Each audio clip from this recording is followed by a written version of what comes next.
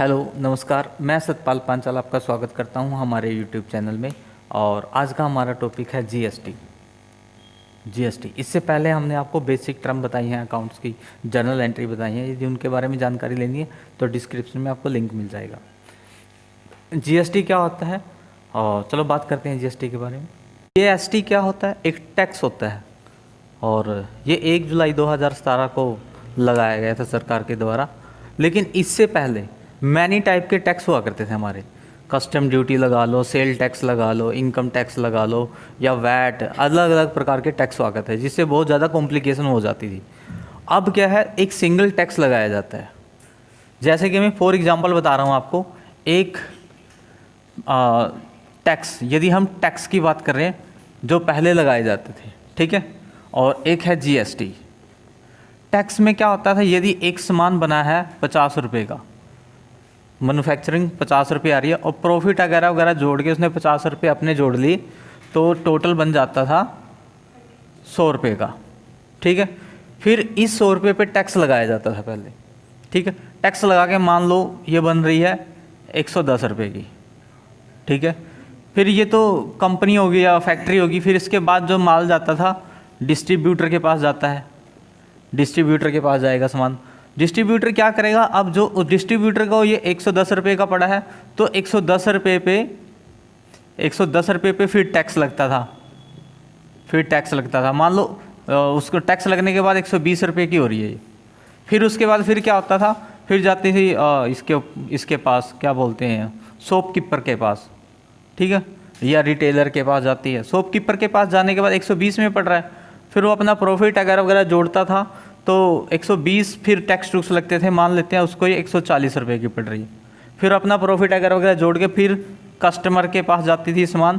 Customer यानी हम retailer जो यूज़ करता है, कंज्यूमर, तो वो अपना प्रॉफिट जोड़ेगा और जो उसके ऊपर टैक्स लगेगा तो ये हमें 60-70 रुपये की पड़ती है, 160-70 रुपये, ठीक है।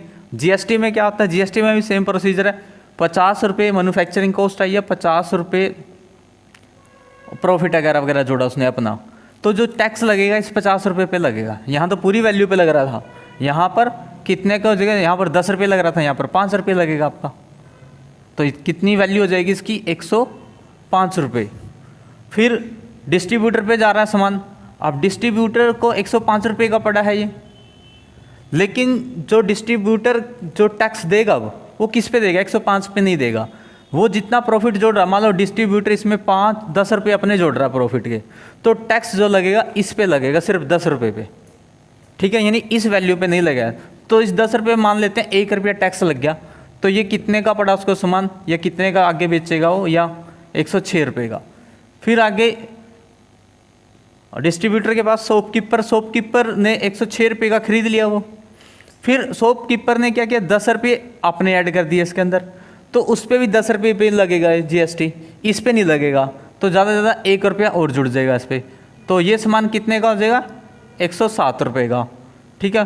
फिर कस्टमर के पास यानी अपना वो प्रॉफिट वगैरह वगैरह जोड़ के, तो मान लेते हैं यहाँ पर ये जुड़ गया, तो ज़्यादा से ज़्यादा कितने, 10 रुपये और जोड़ लेगा अपने, यानी 110 रुपये का मान लेते हैं टोटल आपको पड़ रहा है। ये सामान यहाँ पर 160 का हो रहा है, यहाँ पर यही सामान जो 110-20 रुपये का, क्योंकि यहाँ पर पूरी वैल्यू के ऊपर टैक्स लगाया जाता था। और यहाँ पर सिर्फ जो प्रॉफिट जोड़ते हो आप, यानी जो आपका प्रॉफिट होता है उसके ऊपर आपका टैक्स लगता है, मैन्युफैक्चरिंग वैल्यू पे टैक्स नहीं लगता है, ठीक है। ये तो थी कुछ इंट्रोडक्शन जीएसटी के बारे में। अब बता देते हैं, बात कर लेते हैं GST, goods service and tax, full form ये होती है जीएसटी। जीएसटी होती है जो हमारे पास, वो 2 प्रकार की होती है,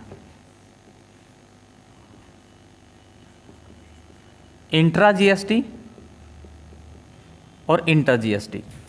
इंट्रा जीएसटी जो होती है वो सेम स्टेट के अंदर अगर आप बिजनेस कर रहे हो, यानी जैसे कि हरियाणा टू हरियाणा आप सेम स्टेट में बिजनेस कर रहे हो और माल बेच रहे हो, खरीद रहे हो, वहाँ पर 2, और इंटर, इसमें भी 2 प्रकार की जीएसटी होती है। इंट्रा में इंट्रा स्टेट या इंटर स्टेट बोलते हैं इसको।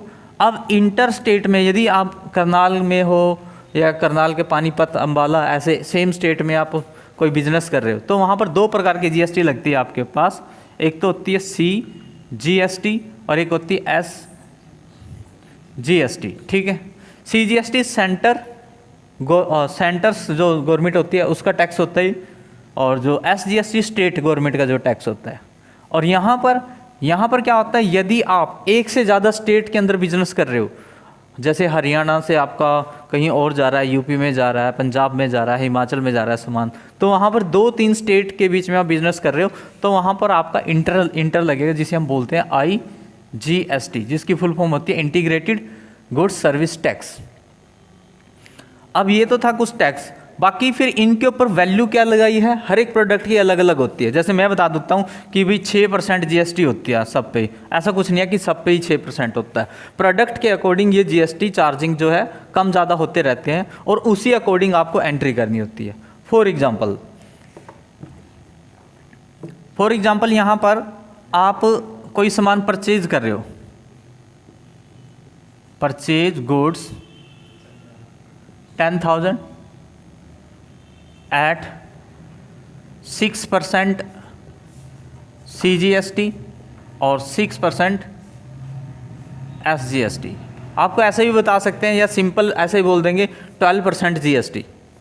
ये होता है सेम स्टेट में अगर आप बिजनेस कर रहे हो। तो यहाँ पर आप इसका 6% या टोटल आप 12% निकाल लो, 10,000 का कितना आ जाएगा, 1200 रुपये, 1200 रुपये आएगा ना। तो 1200 रुपये जो टैक्स बन रहा है आपका, 1200 रुपये, ये है जीएसटी। अब इसकी एंट्री कैसे करते हैं, जीएसटी की एंट्री कैसे की जाती है, वो बड़ा ध्यान से देखना आप लोग कि एंट्री कैसे करेंगे। अब आईजीएसटी की भी बताएंगे, पहले मैं आपको सेम स्टेट की सीजीएसटी और आईजीएसटी बता देता हूँ। अब सीजीएसटी या आईजीएसटी जब एंट्री करोगे, इसमें है ना 2 वर्ड यूज होते हैं जीएसटी की एंट्री करते time,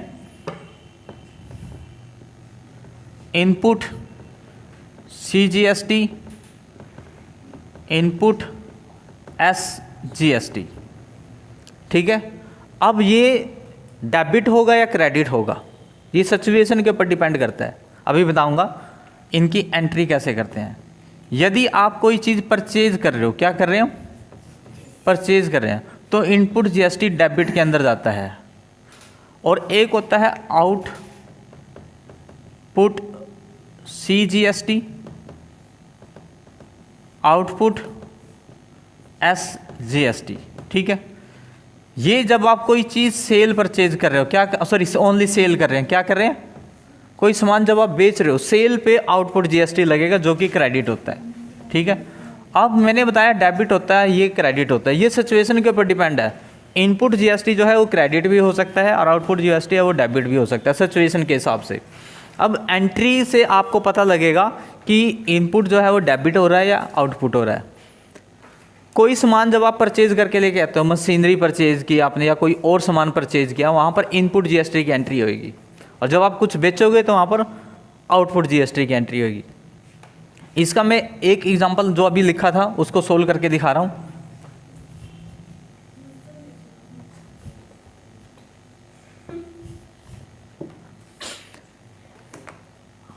purchase goods 10,000 at 6% SGST और 6% ही CGST, ठीक है। अब ये फॉर कैश लगा लो आप, फॉर कैश। सामान कितने का है, 10,000 रुपये का है, तो आप सिंपल एंट्री करते थे पहले, जैसे परचेज अकाउंट डेबिट 10,000, ऐसे ही करते थे।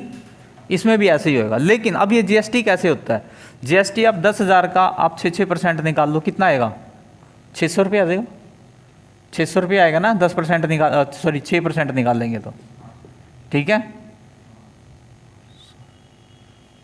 6% है यहाँ पर, तो काटोगे तो 600 रुपये आ जाएगा। ये जो 600 रुपये है ये आया आपका एसजीएसटी या सीजीएसटी। तो इसमें एंट्री कैसे होगी, इसमें लिखा जाएगा input CGST debit, input SGST debit. अब देखो इनपुट कितना निकला है, 6%, और आउटपुट भी 6% है, यानी 600 रुपये आ जाएगा। 600 इसके हो गए, 600 इसके हो गए, और टू कैश कैश क्रेडिट कितना होगा आपकी, देखो सामान तो 10,000 रुपये का खरीदा, लेकिन आपने 600 रुपये सेंटर का टैक्स दिया उस पर और 600 रुपये स्टेट का टैक्स दिया, तो वो सामान कितने का पड़ेगा आपको, वो सामान यानी जो पैसे दे के आओगे जब आप, तो वो दे के आओगे आप 11,600, 11,200, ठीक है। सामान तो 10,000 का है, ये जो है ये टैक्स है आपका। ये तो थी परचेज पे, मैंने बताया कि इनपुट होती है, ठीक है, आगे समझ में। अब सेल की बात करते हैं, कुछ ऐसी एंट्री कर लेते हैं सेल की। Sold goods for cash,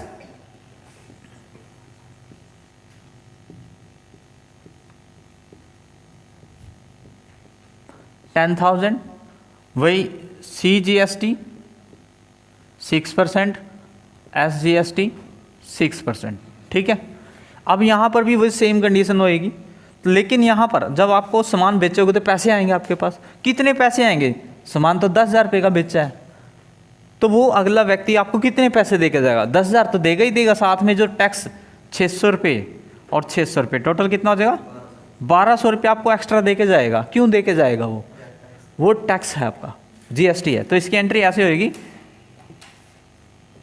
cash account debit, कितना आएगा 11,200, इतने पैसे आ गए आपके पास। टू सेल क्रेडिट 10,000, सेल तो आपकी 10,000 की हुई है, और बाकी टू आउटपुट CGST क्रेडिट 600 रुपये, और टू आउटपुट SGST क्रेडिट 600 रुपये। ऐसे एंट्री होगी आपकी इनपुट और आउटपुट की। आप कोई एसेट्स परचेज कर रहे हो, मशीनरी फर्नीचर, उस पर GST है, वो भी ऐसे ही होएगा। हो गया। एक एग्जांपल और दूं आपको, अभी मैं आपको SGST और CGST ही करा रहा हूँ। SGST जब ये क्लियर हो जाएगा तब करा दूंगा आपको मैं। आपने मशीन परचेज करी है, परचेज मशीनरी, और 20,000 आपने मशीनरी परचेज करी है, और वो भी 6% या 5% मान लेते हैं, 5% SGST और 5% जो है CGST है, ठीक है। अब मशीन आपने 20,000 की परचेज करी, तो 5% कितना आएगा 20,000 का, कितना आएगा, 5 दूनी 10, 1,000 रुपये आ जाएगा, 1,000 आएगा ना। 1,000 रुपये जो आ रहा है आपका। अब मशीन कितने की खरीदी आपने, मशीन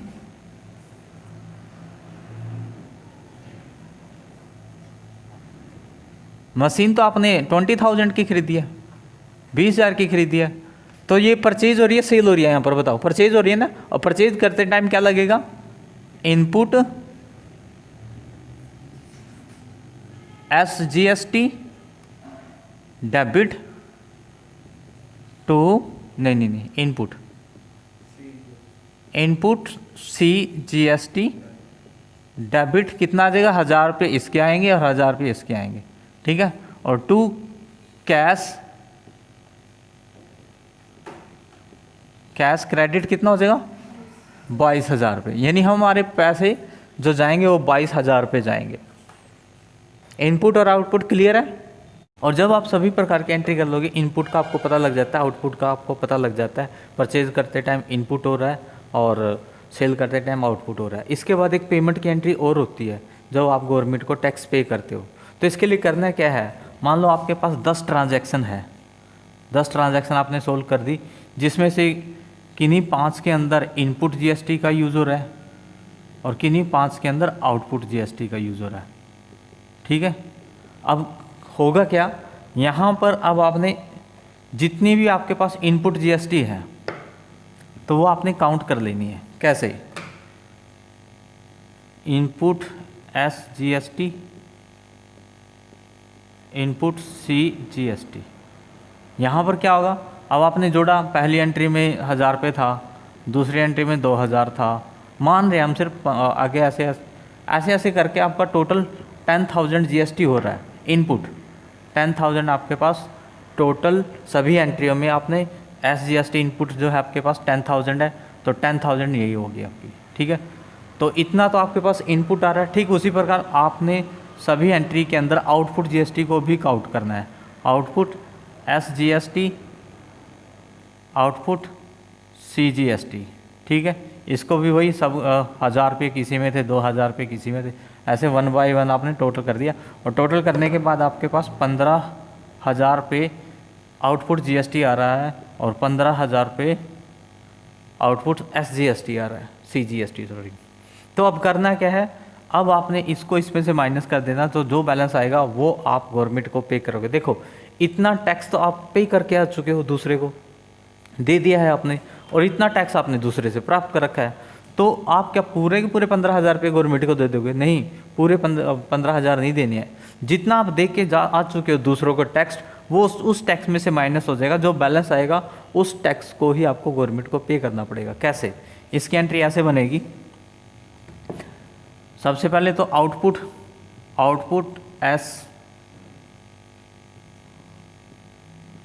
SGST डेबिट कितना है आपका? 15,000, ठीक है।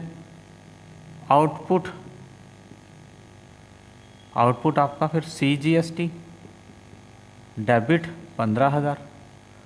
ठीक उसी प्रकार इनपुट टू, जो इनपुट आ जाएगा, input SGST credit 10,000 to input CGST credit 10,000। देखो जितना भी आपके पास आउटपुट GST है उसको आप डेबिट में करेंगे, क्योंकि इतना आपके पास है ये GST, और इतना आप दे के आ चुके हो, ये क्रेडिट में है। अब इसको इसमें से माइनस करेंगे तो समथिंग ऐसा आएगा आपका 5,000 रुपये। 5,000 रुपये उसके आ रहे हैं, और 5,000 रुपये आपके SGST आ रहा है, और 5,000 रुपये आपके पास CGST आ रहा है। टोटल आपके पास यानी आपको 10,000 जो है एक्स्ट्रा पे करने पड़ेंगे। यानी 10,000, इनको 20 मान लो, इनको 30 मान लो। 20 आपने पे कर दिया है और 30 आपके पास है, तो उसमें से माइनस करोगे तो 10 ही आएगा। तो इसकी एंट्री कैसे बनेगी? टू बैंक अकाउंट क्रेडिट कितना आएगा?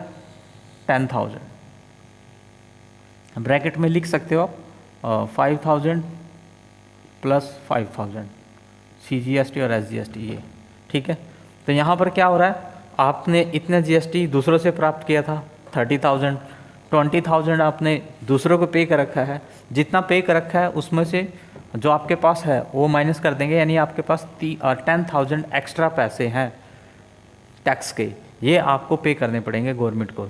टोटल यहाँ पर 15 30,000 रुपये आपको गवर्नमेंट को पे नहीं करने, आपको सिर्फ 10,000 पे करने। तो ये थी आपकी एंट्री इनपुट की, आउटपुट की, GST की। अगली एंट्री में थोड़ा और अच्छे के बारे में बताएंगे, यानी अच्छे से बताएंगे, जो कि जर्नल एंट्री को क्लियर करके दिखाएंगे कि कैसे, और ये जैसे सेल रिटर्न पे क्या होगा, परचेज रिटर्न पे क्या होगा, वहाँ थोड़ा इनपुट आउटपुट बदल जाता है। सिंपल सेल परचेज पे तो फिक्स है, लेकिन जब आपका सेल रिटर्न परचेज रिटर्न होता है वहाँ पर इनकी पोजीशन जैसे डेबिट से क्रेडिट में चली जाएगी, क्रेडिट से डेबिट में चली जाएगी। और आज की वीडियो में इतना ही। थैंक यू, धन्यवाद।